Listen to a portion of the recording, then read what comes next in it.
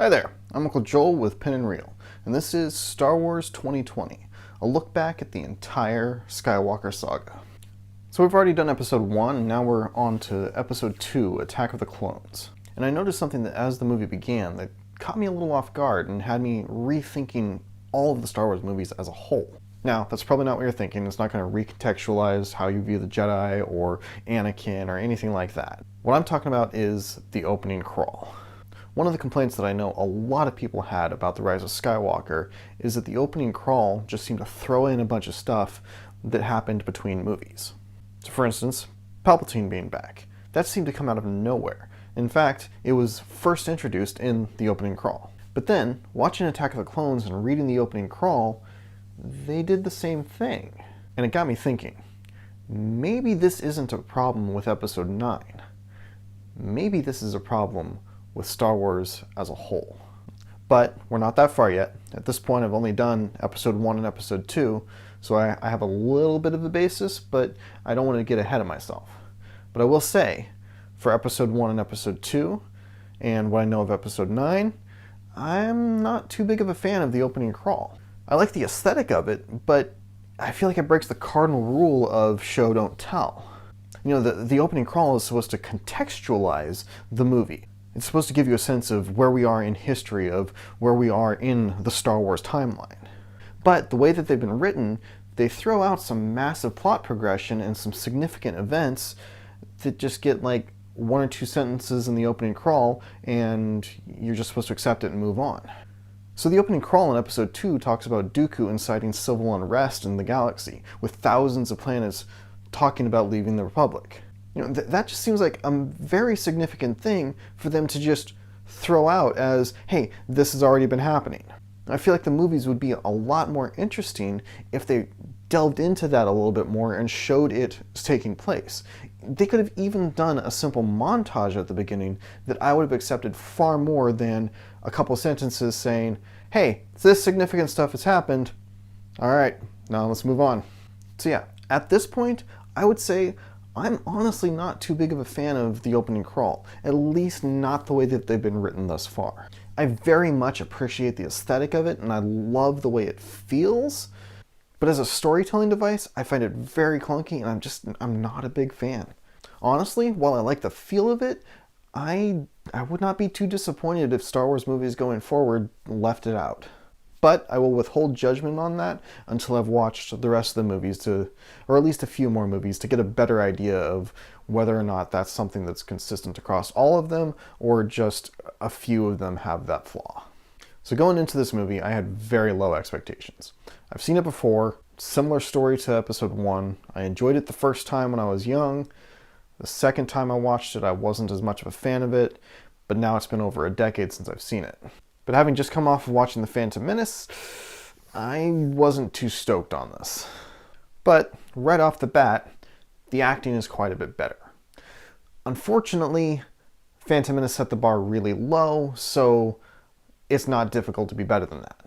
And while the acting is better, it's still not very good. And as I've been watching these movies, and as I've been talking to friends about it and reading about it a little bit online, I've been learning that Lucas wasn't the greatest director, at least when it came to the actors. Like, didn't give them a lot of direction and just kind of threw them out there and kind of let them do their thing.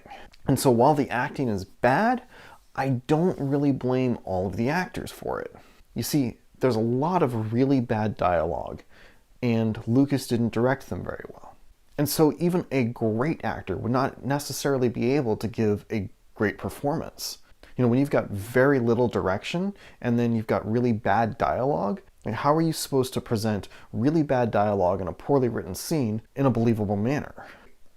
Like, okay, a lot of people knock Hayden Christensen for this role, and yeah, he did a bad job. But I feel like a lot of that, maybe even most of it, is the script that he had to work with. So consider the notoriously bad sand soliloquy. I don't like sand. It's coarse and rough and irritating, and it gets everywhere. I can't think of a single actor that could deliver that in a way that I would not still feel was bad. Yeah, sure, some actors could do it much better, and I'm sure Hayden Christensen could do it much better. But still, It's so poorly written, I don't think it's going to come across great no matter what. I feel like one of the significant differences with the acting in this movie as opposed to The Phantom Menace is The Phantom Menace felt very wooden for most of the characters. So like even McGregor's presentation as Obi-Wan felt very wooden and stiff, and to me, honestly, it felt like he was doing a line reading as opposed to actually acting the scenes. Like, okay, let's get up here and do the walkthrough. Here's where I say this line, here's where you say that line, and I respond in this way. And Lucas called cut and said, hey, that's good, we're using that. Whereas in this movie, I feel like they're actually trying to act more.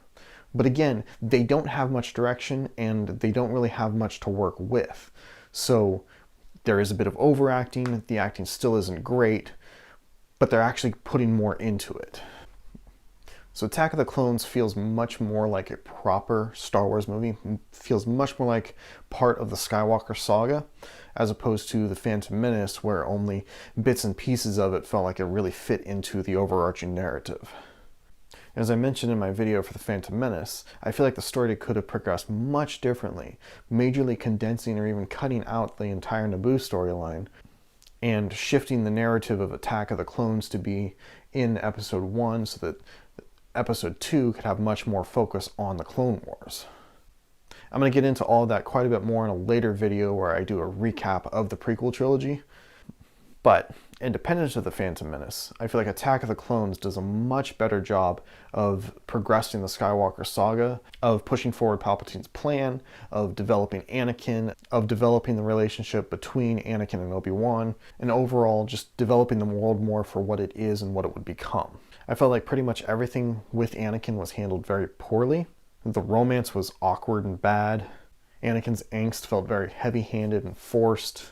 All of his major developments just felt like they were trying to drive at, hey, here's something significant and this is how things change, rather than developing in a way that felt natural. Like him going to find his mother, it felt very pointed, like, hey, I'm going to get here just in time for her to die. It didn't feel natural, and it didn't develop in such a way that I felt like you could really connect with it. So this movie as a whole, I felt like had weak storytelling and weak plot progression, but it still felt better than The Phantom Menace. And it's difficult because most of this still isn't that interesting, but since it is more significant to the overarching plot, and it's more significant to the movies that are to come, I feel like it's more worthwhile and more worth watching. So even if it's not great, I can stomach watching it because it's relevant and it progresses the story far more than The Phantom Menace, which I feel like you can skip and still get pretty much everything. Now, I really didn't like the scene where Jango Fett gets his head cut off and Boba Fett's in the background watching, and he seems to have no emotional reaction whatsoever.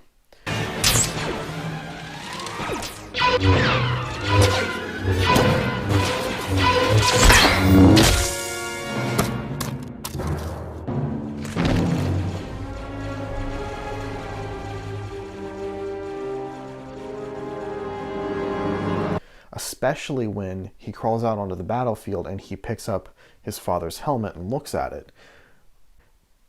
There should have been major emotion there. It just did not sit well with me. Like, I do not buy that whatsoever. Either Boba Fett is really torn up by this and he would have had a very visceral reaction, or he is this heartless monster and a lot of the gravity of that moment is sucked away because he doesn't feel remorse in the same way that a normal person would. And the confrontation between Dooku and Yoda, with Dooku throwing the Force lightning at Yoda, and just the way that they like casually bantered back and forth and, you know, used the Force back and forth, it just honestly felt to me like a Force pissing contest. Like, this wasn't two Jedi Masters dueling, it was, hey, I'm going to show you how powerful I am. It felt really goofy and really awkward, especially for Yoda. Like, I could buy Dooku acting like that. Yoda, no. It just did not fit for me. And the ending of the movie just felt rather sudden. Like, okay, the Emperor has his army, and Anakin and Padme are together, and the end. Like, I don't necessarily have a sense of how it could have ended better, but it felt like they just kind of ran out of story rather than reaching a conclusion necessarily. Which is fitting because this is supposed to lead into the third movie, but for a movie to stand on its own, it didn't feel like it ended so much as, okay, let's just cut here and then we can pick up in the next movie. I felt like it was a bit unnecessary for Anakin to lose his hand, particularly with how he was going to lose most of his body in the next movie. It felt like it was trying really hard to make the spiritual connection between Anakin and Luke in a way that I feel is very unnecessary. Like, we don't need the repetition from generation to generation. Unless this was trying to go a route and showing there is continuity within the Force, unless this is somehow the Force manipulating events so that it will eventually get the outcome that it wants one way or the other. And it does so through specific means, which, ultimately leads to the chosen one having their hand cut off. That could have been very interesting, but they didn't really explain that or explore that at all, so it doesn't really come across that way. So either you lean into it and show this is a part of fate, this is a part of destiny, this is part of the flow of the Force and the will of the Force, or a little bit less repetition from generation to generation. It feels hokey to me if you're going to go that route. One thing that I found a little odd was that I had a bit more difficulty paying attention to this movie than I did The Phantom Menace, which is funny since I had to take a break in the middle of The Phantom Menace. I think I can attribute a lot of that to the color palette. So much of this movie was just darker and grittier in a way that I felt was not really necessary.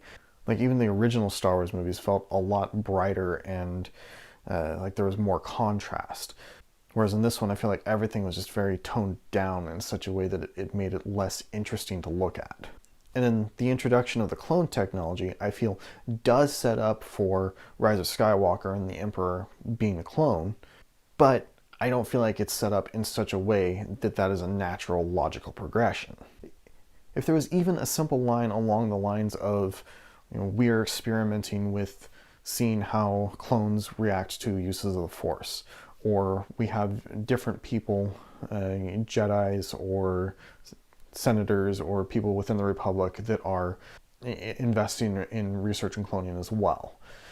Something somehow that would suggest there were more clones than just clones of Jango Fett, more than just the clone army, then I would be more accepting of, oh, hey, that was a veiled reference to Palpatine, which I feel like would have been totally in character and would have been in fitting with the legacy canon. And so that would have been totally fine. They could have done that even without Episode 9 in mind. But since they didn't do that, it doesn't feel quite consistent with Episode 9. So yeah, overall, I would say this still is not a good movie. There's still a lot to groan at, particularly the dialogue and the acting, but even just the story progression, the plot points, and so much of the way that the film is done, it's still not that interesting or very easy or enjoyable to watch, but it's far more significant to the Skywalker Saga as a whole, and it definitely sets up for things to come. So I would say, so far, Phantom Menace is the worst of the Star Wars movies, and Attack of the Clones is just above it. So there you have it, the end of Episode 2 of Star Wars 2020, a look back at the Skywalker Saga as a whole. So this is Uncle Joel saying, stay tangible.